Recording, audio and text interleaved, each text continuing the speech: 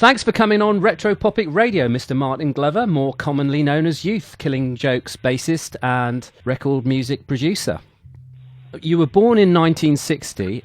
All Music has your birthplace listed as Africa. Another place lists your birthplace as Slough. Where were you born? Yeah, there's another one as well that's in Macclesfield. I was working with Sean Ryder on the last Black Grape album. I said, why did you want me to produce the album? He goes, I looked at your Wikipedia. It says you're born in Macclesfield, where my father's from, so I thought you must be all right. Fortunately, that's not quite right. I was actually born in Nairobi. I grew up in Slough from about the age of 9, but I was actually born in Nairobi, East Africa. My mother was born in Africa. She met my father out there when he was doing his national service. They got together, got married, I had my sister, and then decided to come back to England and try their luck here. And that was when I was about 3 months old. Me and my sister then lived with my grandmother in Birmingham, King's Heath, Birmingham, for a couple of years. So we were about 3, or till I was about 3. While my mother and father were trying to find their feet. And I've got very strong memories of early 60s Birmingham. I still remember a guy coming round. Grandmother lived in these terrace houses, and there were about 5, 6 people in her house. So she shared a bedroom with her daughter and my Auntie Judy. I slept in my Auntie Judy's bed. And it was a very poor working class family, an outdoor toilet. It was very basic. And I remember looking out the window when I got put to bed at night in winter and seeing this guy come around with a ladder and a pole, and his job was to light the gas lamps outside. So I feel quite privileged, really, now. I just caught the end of the 50s, and I also feel quite lucky that I was born in 1960. You know, my first 10 years were the 60s, you know.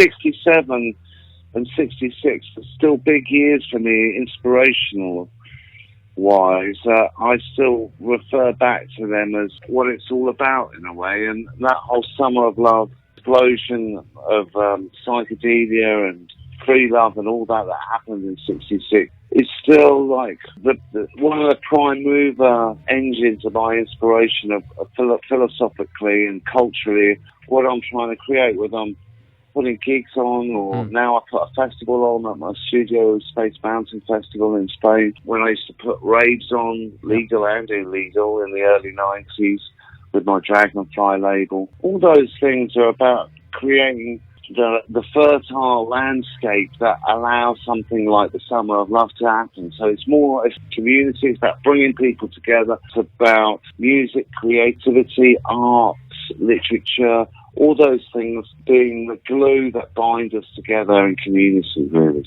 I get the sense as your parents split up and your mum remarried, things might have been unsettling for you when you were younger.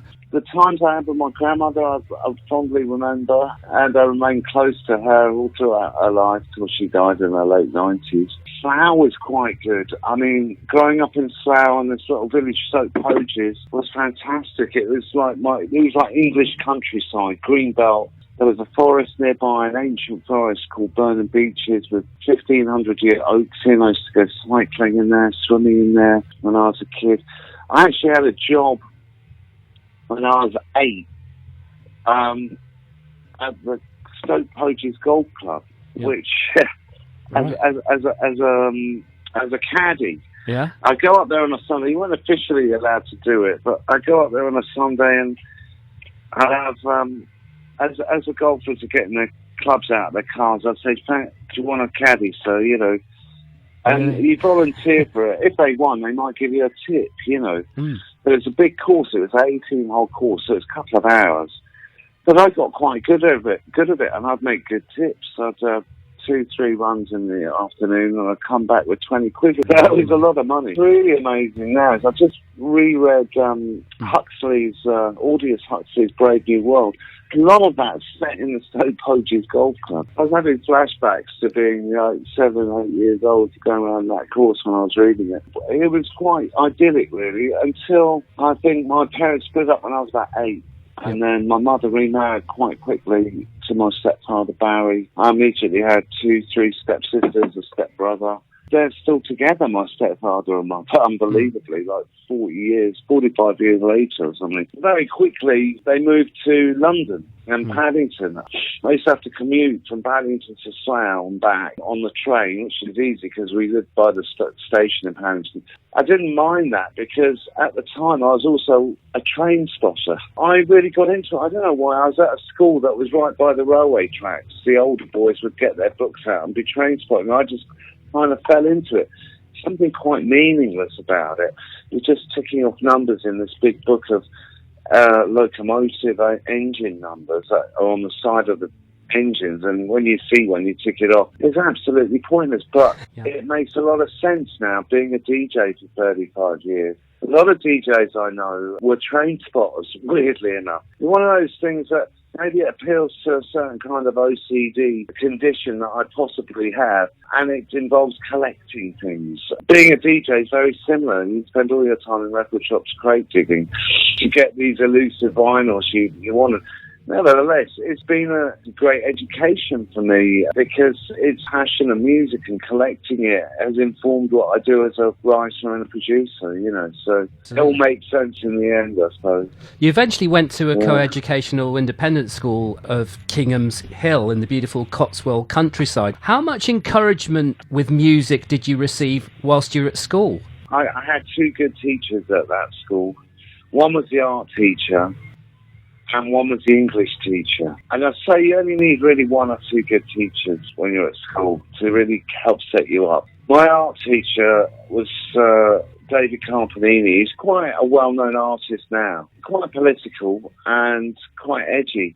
And he allowed us to just do whatever we liked in our art classes. He was quite anarchist. We were allowed to bring in records and music or listen to the radio while we worked. And that started me off with a lifelong passion of painting and drawing and being creative. And at the same time, listening to music while I do it. That hasn't stopped today. When I'm making music today, which is my daily routine, I'm generally drawing, painting, doing collage at the same time. I find it hard to sort of do one without the other often. So it's symbiotic. It's weird. But it was that David Campanini's allowing us to do that set that in motion, and possibly why I still paint today. I mean, I was supposed to go to art school after that school, and at 15 I gained 6 O-levels, and I got a good O-level result in my arts, and I got a good letter from Mr. Campanini, and I got accepted to Chelsea and Wimbledon Art School. But punk rock was just exploding, and I ended up auditioning for a band as a bass player, and I got that gig, and I went on tour, and I never went to art school, but I never stopped doing art. And then I had another teacher. He was our English teacher. I can't quite remember his name. Another David, I think. He was a good English teacher, even though we had our course books to go to. He turned me on to lots of other books. The first book I really got into reading was Lord of the Rings. I'd fallen off my bicycle and I'd interned in the school hospital 4 or 5 weeks, and I just got into reading because I was stuck in this hospital bed. And that was the first book that really engaged me in The Hobbit. But as soon as I got out of that, I really got into English literature, writing it and reading it. And I still read and write today. I'm reading all the time. I always have 2 or 3 books on the go, probably a couple of reference books. And you've got such creative energy, haven't you? But you've worked with such a range of different people. It gives the impression not only are you a very talented musician, which you clearly are, you're also an exceptionally talented collaborator. Where do you think this ability comes from? I'm actually quite a shy and clumsy person, naturally. and a bit blunt, you know. With artists, you need a lot of tact and diplomacy. And it's taken me a long time to learn that, from making lots of mistakes, really. Maybe not so much as a producer. Maybe you do need the opinion side more, I don't know. Well, the archetypal image of a producer is of this sort of my way or the highway, opinionated, strong personality. And certainly some very successful producers have been like that, you know, like Phil Spector or, you know, some of the legends, in fact. I think my mentor in that respect has been more like George Martin, which, I mean, there's no opinion and a direction there, but there's a lot of tact and diplomacy. And so I think working with artists are highly sensitized, highly tuned to bullshit, really. Yeah. So you can't be bullshitting people in the studio, but you have to be really upfront, honest, but at the same time, you've got to do it with a lot of tact and diplomacy. They'll just walk out. Well, that's you then, isn't it? Possibly it is now, but that didn't really come easy. That's come from, on the back of, dozens and dozens of massive failures and sessions where they didn't work. Friends of mine who worked with me a long time, like Jazz from Killing Joke, they say one of my greatest strengths is I'm very resilient. I just don't stop. I get knocked down and I get up. Like and I'll do that for as long as it takes. That's probably, one of my strongest attributes is that I'm quite resilient, and I'll just keep going at it with that train spotter obsession. Yeah, that's true.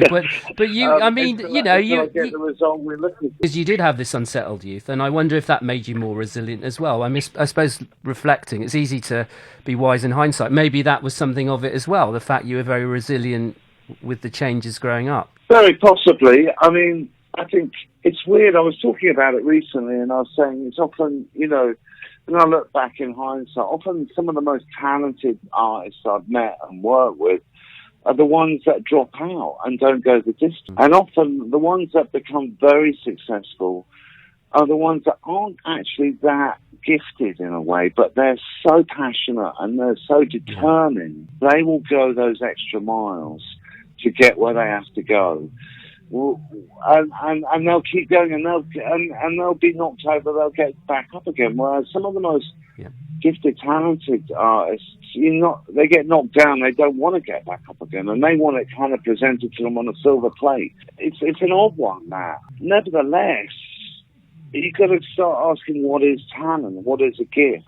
I think more than a musical ability, the gift of passion to want to do it and be determined to get there is more important than being born with a gift that allows you to be very fluid with how you express music. I believe everyone's got a genius in the Greek sense, born with a genius lock eye, and you have to find it and realise it. I don't mind if people aren't that gifted, but if they're not, I can work on that. I can make something quite powerful, because the creative expression is always powerful, especially if it's coming from someone who's not used to being creative in a way.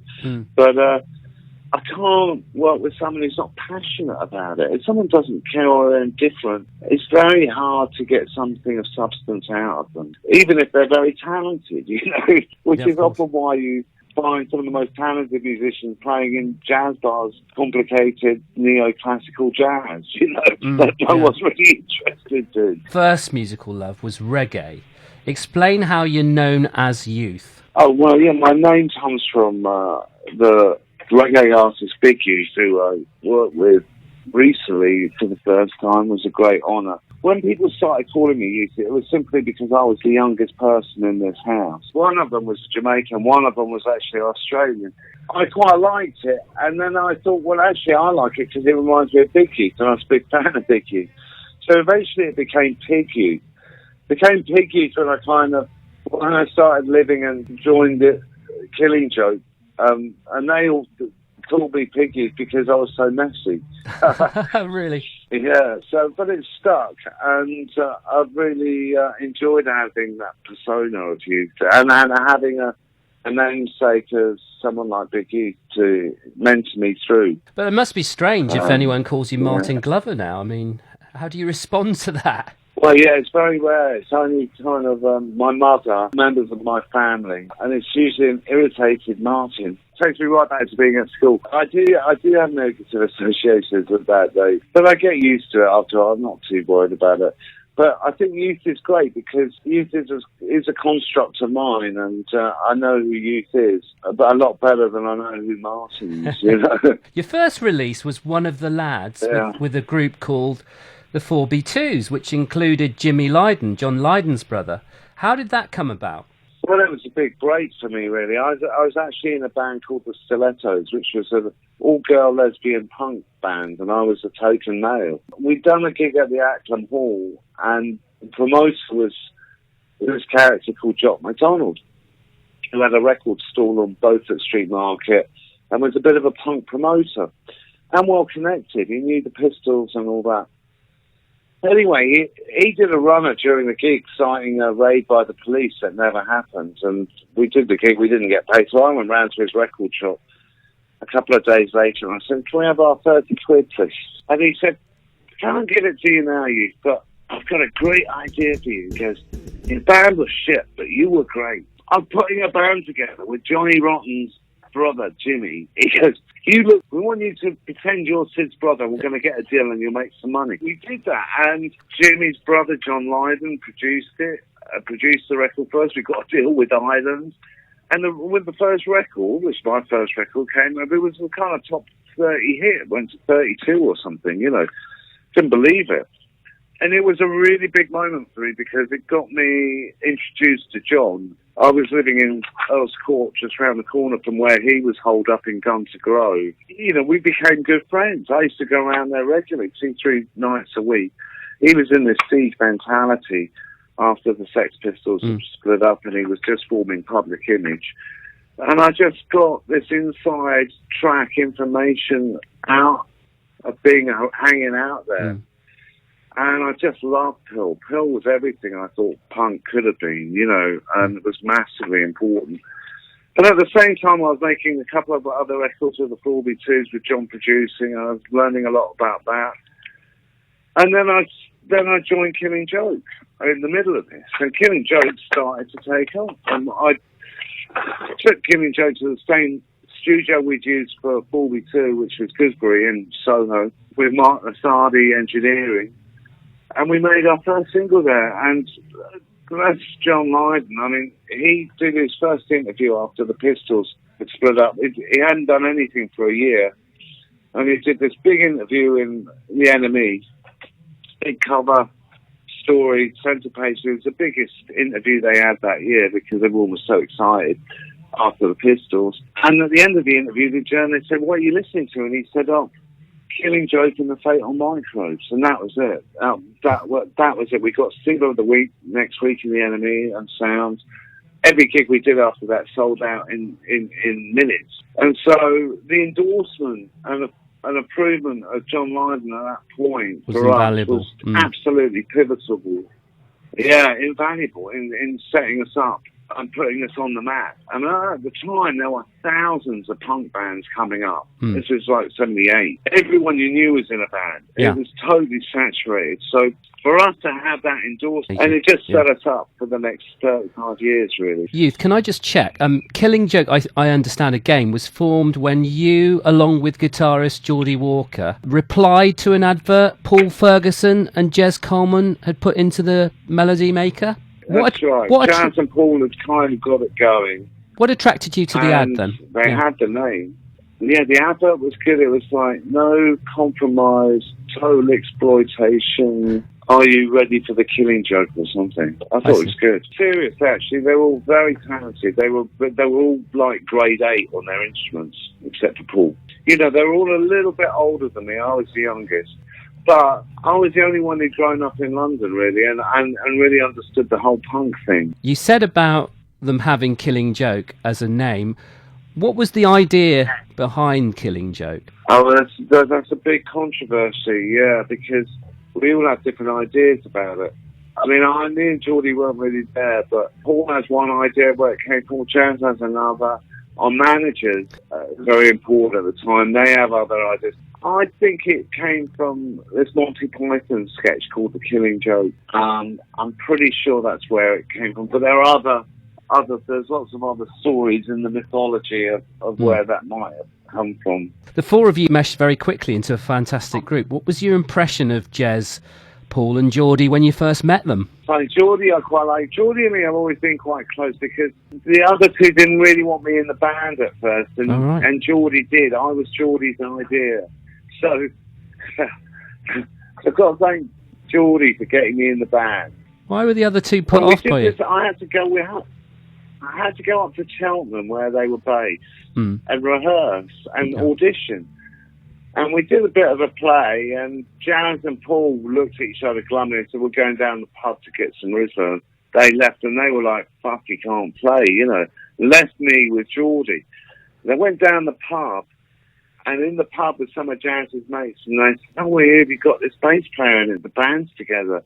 And they were so, like, belligerent, they couldn't say they hadn't. They went, yeah, he's really good, come and have a listen.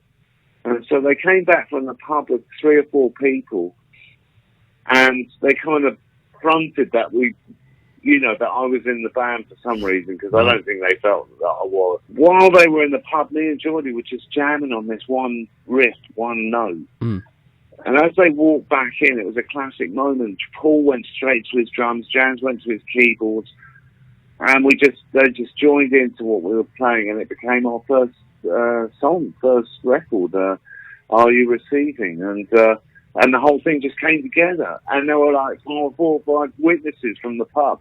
So, man, that was it. That was in the band then. But Jazz was a bit of a hippie. He had a feather in his hair, wore a beret, and Paul was like this teddy boy rockabilly guy. Right. I thought they looked wrong. Yeah. And Geordie actually was this long-haired Grebo rocker. Was he really? I cut Geordie's hair. I did it myself. I cut Geordie's hair and then bleached it blonde, and over-bleached it. And he's always wearing this sort of like corporal hat, isn't he, now? I mean, where did that come from? I call it a corporal hat. He's always got it, hasn't he? Yes, he does. I think that's more about a bit of a follicle issue upstairs. Oh, I see. Oh, I didn't realise. Okay. Yeah, fair enough. Yeah, he's quite vague. Fair enough. But you're all young guys, yet before Killing Joke, Jez was an academic musician studying piano and violin under the head of music at Cheltenham College. I mean, was there a sense he wanted to rebel against that world with Killing Joke? He was very religious at 13, 14, 15. He didn't listen to rock music. He was an academic, and he was totally had a lot of faith and belief in the church. It was only when he went on tour with an orchestra and he met this female cello player. They were on a sort of countrywide tour doing classical review or something, and she took him back to her hotel room, got him stoned, and played him Can. And that changed him. That was it. Yeah. After the tour, he threw all his hippie clothes away, started wearing black, and sold his violin and bought a synthesizer. Oh, straight away, that gives me a sense that he's an all or nothing guy. Is that what he's like then? Oh, absolutely, yeah. He's very extreme, yeah. But it was good because he's very, very talented. I mean, he composes symphonies now. He's incredibly talented, and yeah, of course, he's a polymath in many ways. He's very, very articulate with writing, and his thoughts are incredibly. He's got a photographic memory for dates. Has he? But the problem is he's so tough. Is he toughest on himself? Nevertheless, he's very resourceful, and we've done so many things together. He's never let it stop him from doing a lot of things. And also, Geordie's a very talented musician, grade 8 cello, he was. Yeah, it's amazing. So I have my chops, I'm self-taught. I don't read, and I'm self-taught. Mate, you are so talented really as well, I mean, I can tell with what you've said. My talents, are in different areas, of course. maybe. Yeah, no, but you're a hard really worker. Hard. Yeah, I'm a very hard worker. They lifted my bar up. I had to get good to be able to be in the band and be able to keep up with them, So it's been a great journey with them. I've really enjoyed it. And we're still very close, I think. To begin with, I imagine with that unique sound later classed as post-punk, I can't imagine it would have been very easy getting a record deal. What are your memories of signing to EG and releasing that first album? It wasn't that hard, for us, because we had the John Lydon endorsement. And then very quickly, John Peel jumped on it. And I actually taped John Peel off the radio on my cassette player, playing our record and talking about the band. And I went back, and I went into Ireland. And we've done our managers have put our first single out on Malicious Damage, their label. And we sold 5,000, but they said there wasn't enough money to pay us anything. I was furious. So I went into Ireland and managed to do a deal where I licensed that same single to Ireland for $5,000, and that gave the band each £1,000, and it also gave the managers £1,000. Also allowed us to press up another 2,000 of our own. That was the first time we made some serious money out of it, and that was great. The band was delighted. Everyone was delighted except for our managers, who were furious because I'd embarrassed them by getting this deal. But I didn't care. They hadn't provided us with any money to live off, and I've done that a number of times. I'm not afraid of diving into the business side of it and sorting things out. Well, yeah, but I don't consider myself a particularly good businessman. But you're passionate again, aren't you? I just do it. I'm only interested in the business in as far as it facilitates the art. One of the songs, Requiem, moves at a steady yet remorseless pace. It seems to be about the pointlessness of war. Well, I think the whole Killing Joke and everything about us is about the futility of war. And that's one of the few things we really agree on altogether, especially nuclear war and nuclear power, all adamantly against that. I mean, the great thing about bands like Killing Joke or any great band is you can have these completely opposite people in them.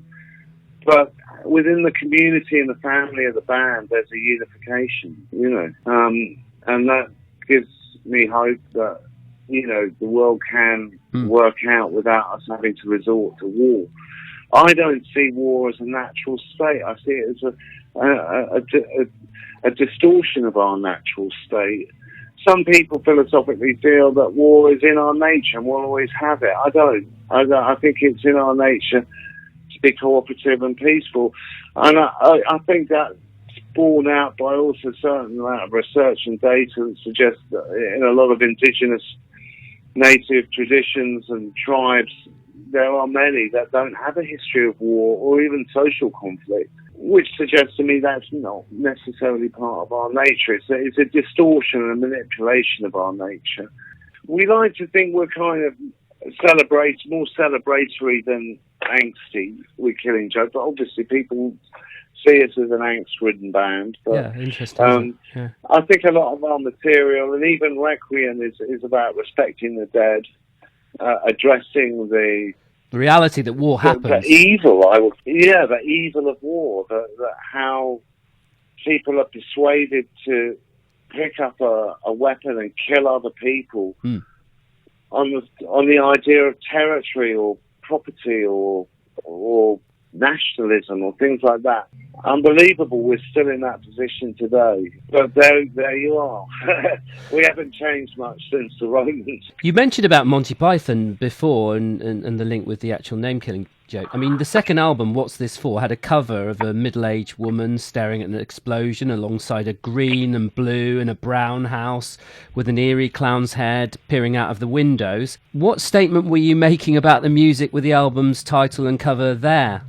And I think it's just another expression of the idea of Killing Joke, which has this absurdist, Dadaist aspect to it. Well, we found ourselves in a world where it was absurd that people were conscripted to go and fight other people.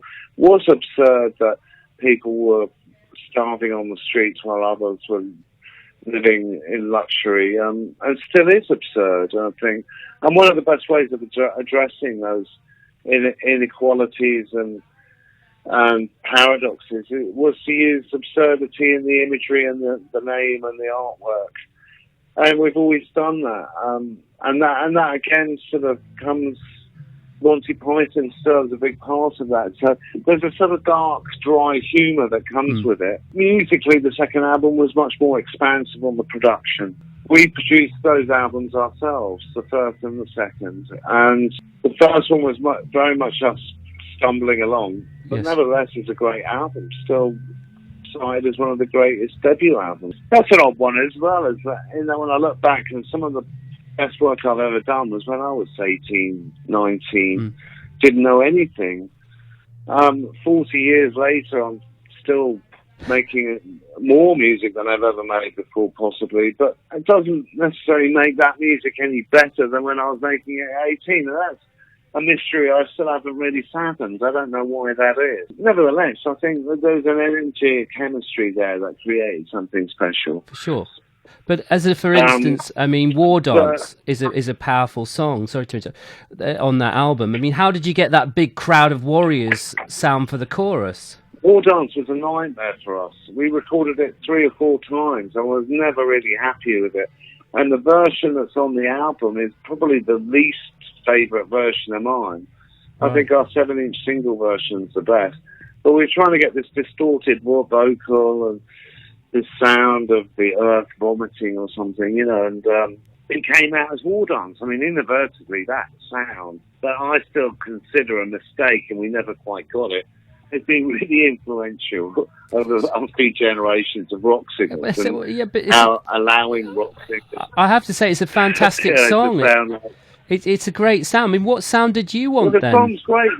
And a lot of the songs on the first album, which I really like, we've got really poppy choruses, 2-chord sing-along choruses, very pop, We all grew up on 70s pop, so that really came through on the first album.